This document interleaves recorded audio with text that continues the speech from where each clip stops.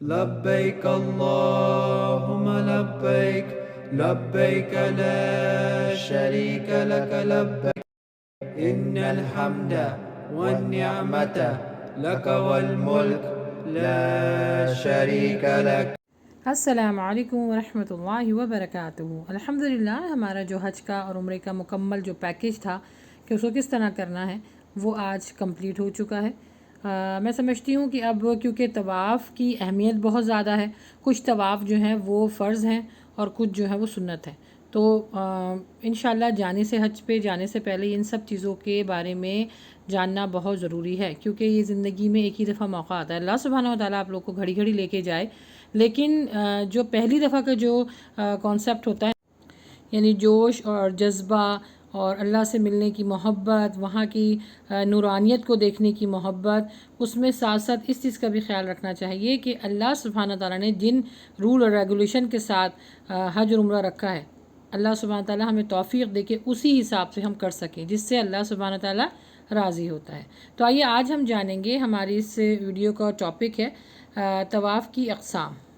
تو اس ویڈیو کو آخر تک ضرور دیکھیے گا، کیونکہ اس میں انشاءاللہ کہ طواف کی کتنی اقسام ہوتی ہیں، کون سے طواف جو ہیں وہ سنت ہیں اور کون سے طواف جو ہیں وہ فرض ہیں۔ تو آئیے جانتے ہیں۔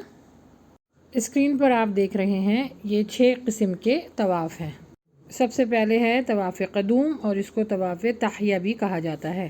نمبر 2 ہے طواف زیارہ اور اس کو طواف افاضہ بھی کہا جاتا ہے۔ پھر ہے طواف صدر اور اس کو طواف وداع بھی کہا جاتا ہے۔ پھر ہے طواف نفل، طواف نظر اور طواف عمرہ۔ اچھا، اس کا ثواب یہ ہے کہ بیت اللہ کا ایک طواف کرنے کا ثواب ہے کہ ایک غلام کو آزاد کرنا، اس کے برابر ہے الحمدللہ۔ اور جب 7 چکر لگائے جاتے ہیں تو کتنے غلام آزاد کرنے کا ثواب ملتا ہے؟ 7، الحمدللہ۔ اور طواف کا مطلب یہی ہوتا ہے کہ بار بار اللہ سبحانہ و تعالیٰ کے گھر یعنی بیت اللہ کا چکر لگانا۔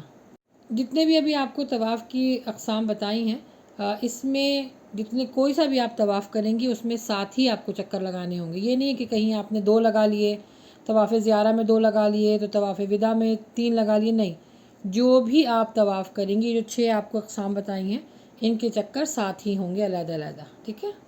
اچھا، اب 1 بائی 1 کر کے ہم جان لیتے ہیں۔ سب سے پہلے ہم بات کر لیں گے طواف قدوم، اس کو طواف تحیہ اور طواف ورود بھی کہتے ہیں۔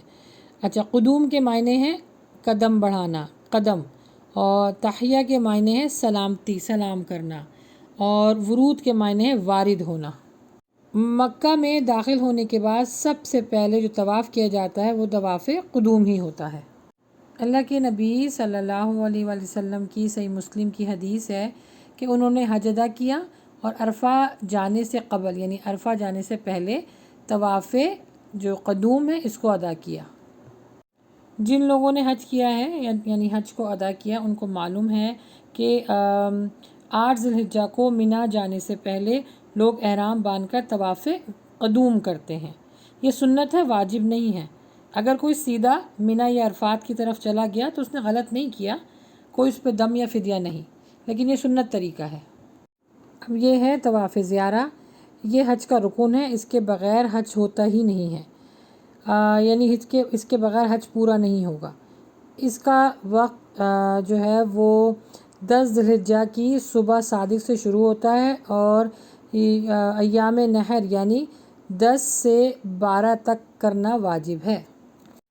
طواف زیارہ جو ہے حج کی جو 8، 9 اور 10 کے جو معاملات ہوتے ہیں، ان سب کو نپٹنے کے بعد، یعنی آپ جب اپنے مرد جو اپنے بالوں کو جو ہے وہ حلق کرواتے ہیں اور عورتیں اپنے بالوں کو تھوڑا سا کاٹتی ہیں، اس کے بعد احرام کھول دیا جاتا ہے۔ اب آپ احرام کی پابندی میں نہیں ہیں، اب آپ غسل کریں اور اپنے جو ریگولر کپڑے ہیں پہن کر آپ طواف زیارہ کر سکتے ہیں۔ طواف زیارہ کے 7 چکر ہوتے ہیں۔ اگر طواف زیارہ نہیں کیا تو ہسبینڈ اینڈ وائف ایک دوسرے کے لیے حرام رہتے ہیں جب تک سے آپ طواف زیارہ نہیں کریں گی، تو بہت امپورٹنٹ ہے طواف زیارہ کرنا۔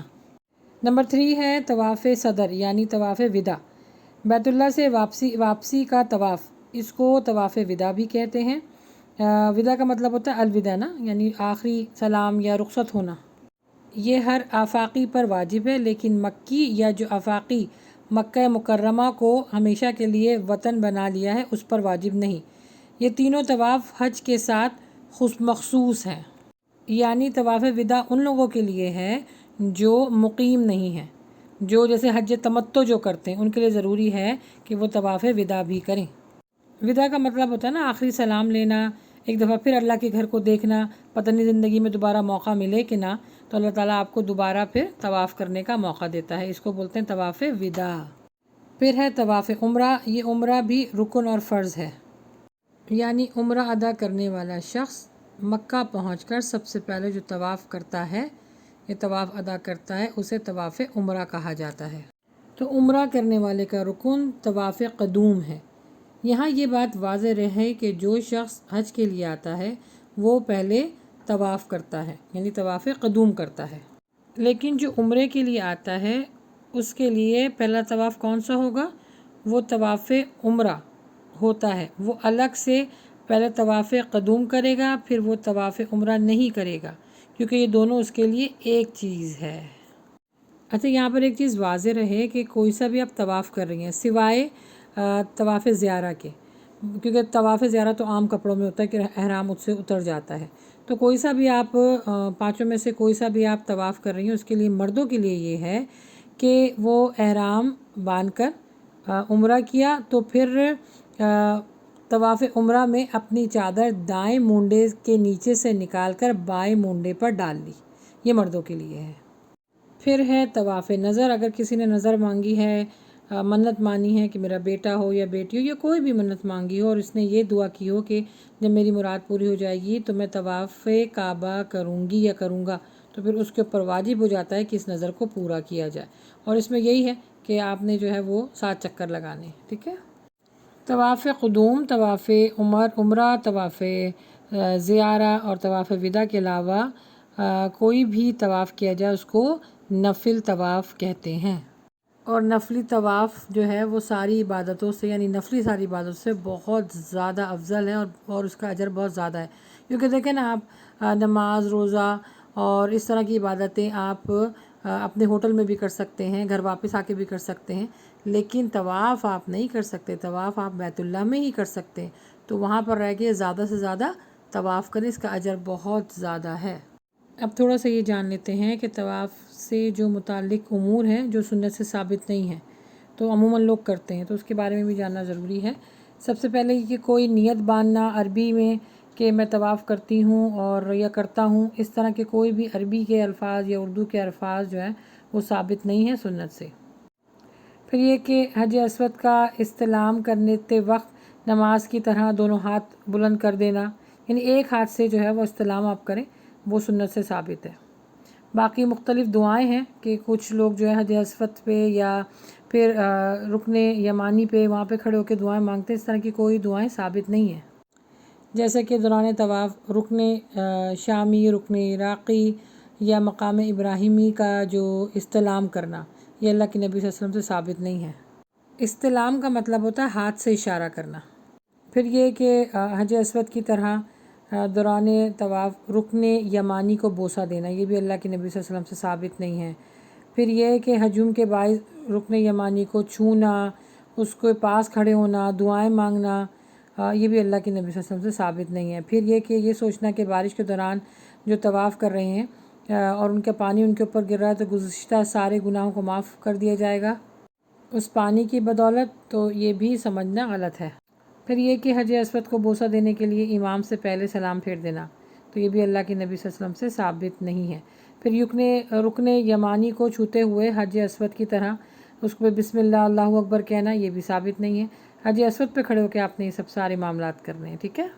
پھر یہ کہ طواف کعبہ کے وقت آپ جو ہے 7 چکر میں رمل کریں، تو رمل صرف 3 چکروں میں نا، اور یہ سوچنا کہ میں بڑا طاقتور ہوں تو میں جلدی جلدی سارے جو ہے وہ چکر لگا لوں، تو یہ اللہ کے نبی صلی اللہ علیہ وسلم سے ثابت نہیں ہے۔